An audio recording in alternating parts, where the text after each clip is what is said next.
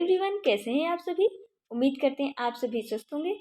आपके लिए CTET paper 2 science का प्रीवियस ईयर क्वेश्चन पेपर लेके आए हैं, जो 23 दिसंबर 2021 को ऑनलाइन शिफ्ट में पूछा गया था। उसी से ये प्रीवियस ईयर क्वेश्चन पेपर लिए गए हैं। तो चलिए शुरू करते हैं। आज का हमारा पहला प्रश्न है, किसी मरीज का पित्ताशय शल्य चिकित्सा द्वारा निकाल दिया गया, निम्न में से कौन सी आहार संबंधी सलाह उसके लिए मददगार होगी। पहला ऑप्शन है उच्च प्रोटीन आहार से बचो। सेकंड है भोजन में नमक की अधिक मात्रा से बचो। थर्ड है उच्च वसा युक्त आहार से बचो। फोर्थ है पत्तियों वाली हरी साग सब्जी से बचो। तो इसका जो हमारा राइट आंसर हो जाएगा वो थर्ड हो जाएगा, यानी उच्च वसा युक्त आहार से बचो। नेक्स्ट क्वेश्चन पे चलते हैं। नेक्स्ट क्वेश्चन है हमारा, निम्नलिखित में से विटामिनों के उस सेट की पहचान करो जो यकृत में भंडारित रहते हैं और हमारे शरीर की दैनिक आवश्यकता नहीं है। पहला है ACE, दूसरा है B तथा C, तीसरा है ADBK, फोर्थ है ADEK। तो जल में जो घुलनशील विटामिन होती हैं वो B और C होती हैं, और जो वसा में घुलनशील विटामिन होती हैं वो KEDA। विटामिन के, vitamin E, vitamin D, vitamin A, ये वसा में घुलनशील विटामिन है। यही विटामिन जो है यकृत में भंडारित होती हैं, क्योंकि ये घुलनशील विटामिन जल्दी नष्ट नहीं होती। तो इसका हमारा जो राइट आंसर हो जाएगा वो फोर्थ हो जाएगा। नेक्स्ट क्वेश्चन पे चलते हैं। नेक्स्ट में मिलान करना है। मानवों में कोशिकाओं और उनके आहार को निम्न में से कौन सा सेट सही है। चलिए मिला लेते हैं। तंत्रिका कोशिका का मिलान हो जाएगा हमारा। तंत्रिका कोशिका जो है वो लंबा तथा शाखीय आकार का होता है। तो पहला जो हमारा मिलान हो जाएगा वो फिफ्थ से हो जाएगा, लंबा तथा शाखीय आकार। और लाल रक्त जो कोशिकाएं होती हैं वो चक्रीय आकार की होती है, यानी इसका मिलान सेकंड से हो जाएगा। सी जो है हमारा श्वेत रक्त कोशिकाएं, इनका जो है आकार बदलता रहता है, इसका मिलान हमारा फोर्थ से हो जाएगा। पेशी कोशिका जो होती हैं हमारी लंबी और पतली होती है, तो इसका मिलान हमारा थर्ड से हो जाएगा। और त्वचा कोशिका जो होती है इसका मिलान हमारा समतल आकार से हो जाएगा। तो देख लेते हैं हमारा आंसर कौन सा सही है, यानी fifth, second, fourth, third, one. Fifth, second, fourth, third, one. Fifth, second, fourth, third, one second option में दिया गया है, तो सेकेंड आंसर हमारा राइट आंसर हो जाएगा। नेक्स्ट क्वेश्चन पे चलते हैं। नेक्स्ट क्वेश्चन है हमारा, नीचे दिए गए कथन पढ़िए और सही विकल्प का चयन कीजिए। अभिकथन और कारण से प्रश्न है। अभिकथन ए में पूछा है, कुछ जलीय पौधे जलोद्भिद की पत्तियों पर मोम की एक परत होती है। सेकंड है मोम की परत, यानी कारण जो पूछा है, मोम की परत पौधों को जल के ऊपर तैरते रहने में मदद करती है। ऑप्शन देख लेते हैं हम। ए सही है और ए के लिए आर सही व्याख्या है। सेकंड ऑप्शन है ए और आर दोनों सही हैं, लेकिन आर ए की सही व्याख्या नहीं करता है। थर्ड है ए सही है लेकिन आर गलत है। फोर्थ है ए तथा आर दोनों गलत है। इसका जो हमारा राइट आंसर हो जाएगा वो थर्ड हमारा सही हो जाएगा, यानी ए सही है लेकिन आर गलत है। मोम की लेप ज़्यादातर जो होती है क्यूटिकल और ऊपर एपिडर्मिस में देखा जाता है। यह पत्तियों को सांस लेने में, तैरने में मदद करता है। मोम की लेपित पत्तियों को पानी में बचाए रखने में मदद करता है, ना कि तैरने में। इसका जो कारण है वो गलत है और अभिकथन जो है वो सही है। तो तीसरा हमारा राइट आंसर हो जाएगा। नेक्स्ट क्वेश्चन पे चलते हैं। नेक्स्ट क्वेश्चन है हमारा, निम्नलिखित लक्षणों के आधार पर मानवों के शरीर के भाग की पहचान करिए। अत्यधिक कठोर, और बी है सिवाय जोड़ों के ये कहीं नहीं मुड़ते हैं। तो पहला ऑप्शन है हमारा कंकाल, दूसरा ऑप्शन है अस्थियां, तीसरा ऑप्शन है उपास्थि, फोर्थ ऑप्शन है मांसपेशी। इसका जो हमारा राइट आंसर सेकंड हो जाएगा, यानी अस्थियां।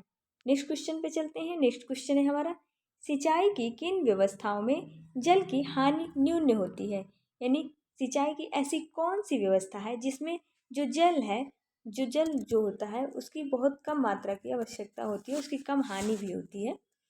पहला ऑप्शन है स्प्रिंकलर अव्यवस्था, सेकंड है ड्रिप या टपक व्यवस्था, तीसरी है ढकेली व्यवस्था या रहट व्यवस्था।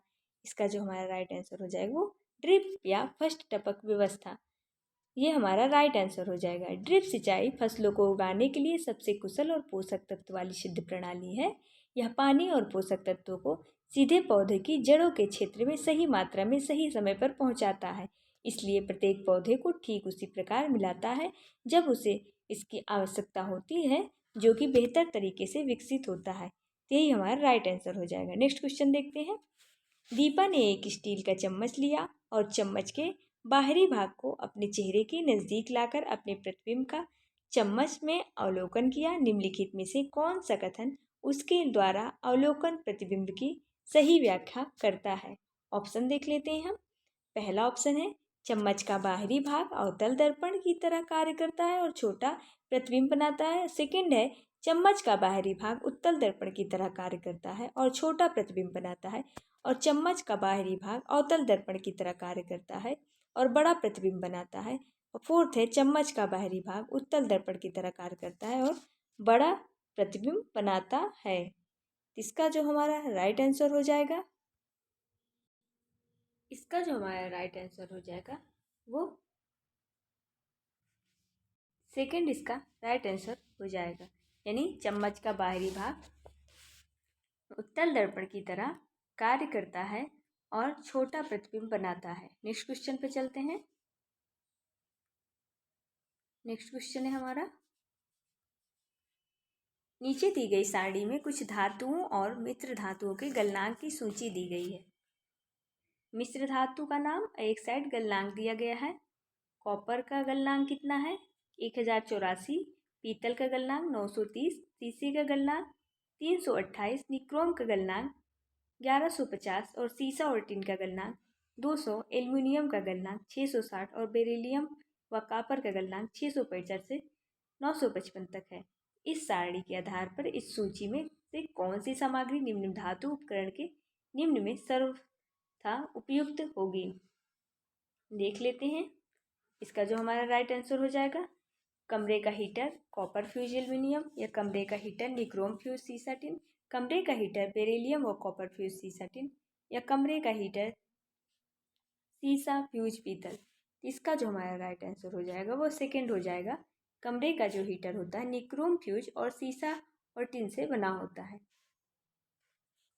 नेक्स्ट क्वेश्चन है हमारा, दो वस्तुएं ए और बी जल में डुबोई गई हैं और उनके भार को स्प्रिंग तुला द्वारा मापा गया है। निम्न सारणी प्राप्त आंकड़ों पर आधारित है। तो वायु में वस्तु का भार x, जल में वस्तु का भार a में 55, विस्थापित जल में भार y एंड वस्तु पर लगने वाला उत्प्लावन बल 10 और b में दिया है 80, q 5 और z। तो निम्न में से कौन सा मान सही प्रकार से सारणी को पूरा करता है? चलिए देख लेते हैं।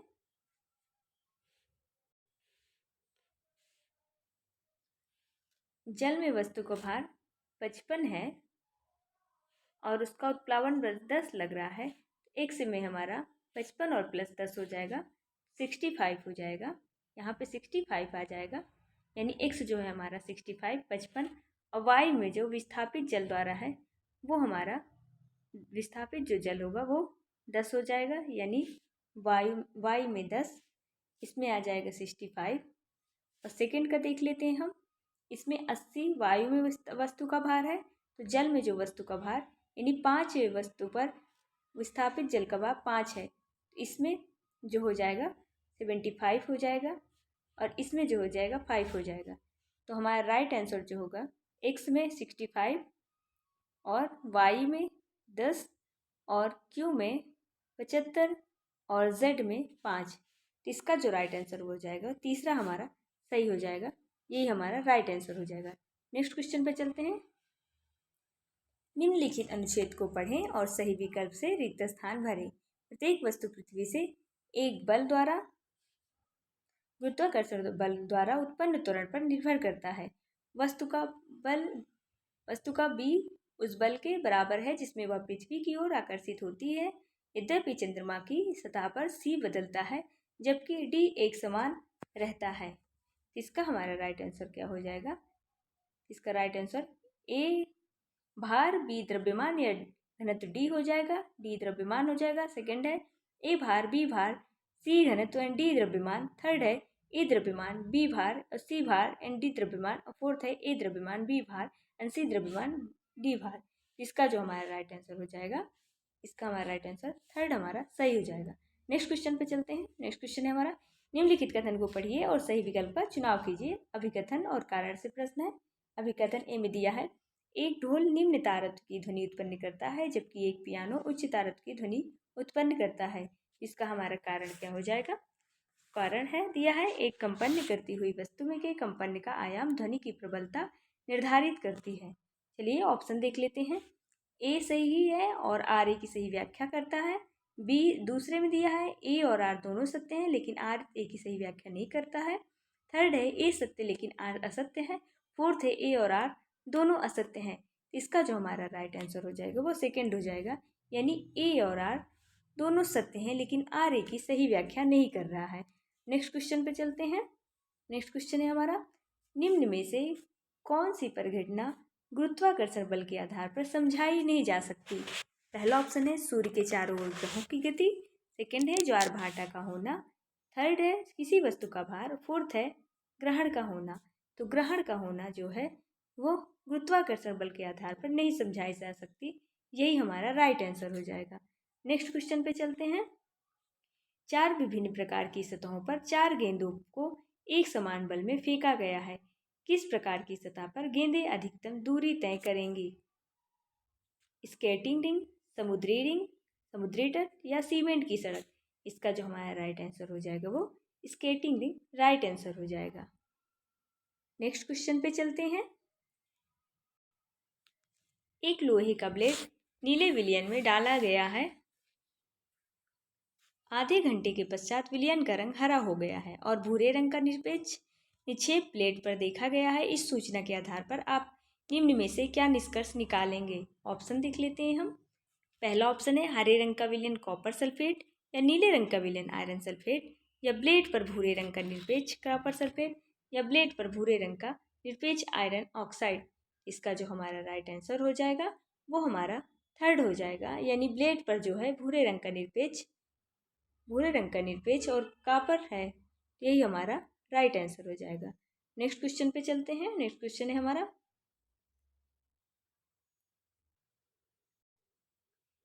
निफ्थलीन के गोले जिनका उपयोग पतंगों और अन्य कीड़ों को भागने के लिए किया जाता है, इससे प्राप्त होते हैं कोलतार, कोक, यूकलिप्टस पेड़, तारपीन। तो इसका जो हमारा राइट आंसर हो जाएगा वो फर्स्ट हो जाएगा, यानी कोलतार इसका राइट आंसर हो जाएगा। नेक्स्ट क्वेश्चन पे चलते हैं। एक तत्व ए पानी के साथ क्रिया करके एक घोल बनाता है जो फिनोल्फ्थलीन इंडिकेटर को गुलाबी कर देता है। निम्नलिखित में से ए कौन सा तत्व है? कार्बन है, सिलिकॉन है, सल्फर है या सोडियम है? इसका जो हमारा राइट आंसर हो जाएगा वो फोर्थ हो जाएगा, यानी सोडियम। फिनोल्फ्थलीन एक ऐसा संकेतक है जिसका उपयोग एसिड बेस या टाइट्रेशन में किया जाता है। यहाँ अम्लीय विलयन में रंगहीन जो फिनोल्फ्थलीन होता है, एसिड यानी अम्ल एसिड में जो होता है वो रंगहीन होता है, और जो गुलाबी विलयन क्षारीय विलयन में देता है, यानी बेस में ये गुलाबी विलयन देता है। अतः फिनोल्फ्थलीन विलयन को गुलाबी कर देता है। सोडियम एक धातु है जो पानी के साथ क्रिया करके सोडियम हाइड्रोक्साइड बनाती है जो एक क्षार है। तो इसका जो राइट आंसर 4 हो जाएगा, यानी सोडियम। नेक्स्ट क्वेश्चन पे चलते हैं। नेक्स्ट क्वेश्चन है हमारा, नीचे दिए गए कथनों को पढ़ें और सही विकल्प का चयन करें। अभिकथन और कारण से प्रश्न है। अभिकथन ए में दिया गया है, रेशम के कीड़े को बाहर निकालने से रोकने और रेशम को कृमिकोष के रूप में लंबे समय तक सुरक्षित रखने के लिए कुचलने की विधि अपनाई जाती है। कारण में दिया है, कृमिकोष में से रेशम के कीड़े के बाहर निकलने के उपरांत जो रेशम इकट्ठा किया जाता है वह अहिंसा रेशम कहलाता है। इसका ऑप्शन देख लेते हैं। पहला दिया है ए और आर दोनों सत्य हैं, ए की सही व्याख्या आर करता है। सेकंड है ए और आर दोनों सत्य हैं लेकिन आर ए की सही व्याख्या नहीं करता है। थर्ड है ए सत्य है लेकिन आर असत्य है। फोर्थ है ए असत्य लेकिन आर सत्य है। इसका जो हमारा राइट आंसर हो जाएगा वो सेकंड हो जाएगा, यानी ए और आर दोनों सत्य हैं लेकिन आर जो है ए की सही व्याख्या नहीं कर रहा है। नेक्स्ट क्वेश्चन पे चलते हैं। जब किसी अम्ल को क्षार में मिलाया जाता है तब निम्न में से क्या उत्पन्न होता है? केवल लवण, केवल जल, सॉल्ट जल या ऊष्मा, या सॉल्ट या तथा जल? इसका जो राइट आंसर हो जाएगा वो हमारा थर्ड हो जाएगा। इसमें सॉल्ट, वाटर और ऊष्मा तीनों ही उत्पन्न होती है। नेक्स्ट क्वेश्चन पे चलते हैं। किसी पौधे का मुरझाना निम्न में से किसके कारण होता है? पहला ऑप्शन है अत्यधिक वाष्पोत्सर्जन के कारण, सेकंड है अत्यधिक प्रकाश संश्लेषण के कारण, फोर्थ है जल का अत्यधिक अवशोषण एंड थर्ड है जल का अत्यधिक अवशोषण, फोर्थ है खनिजों का अत्यधिक अवशोषण।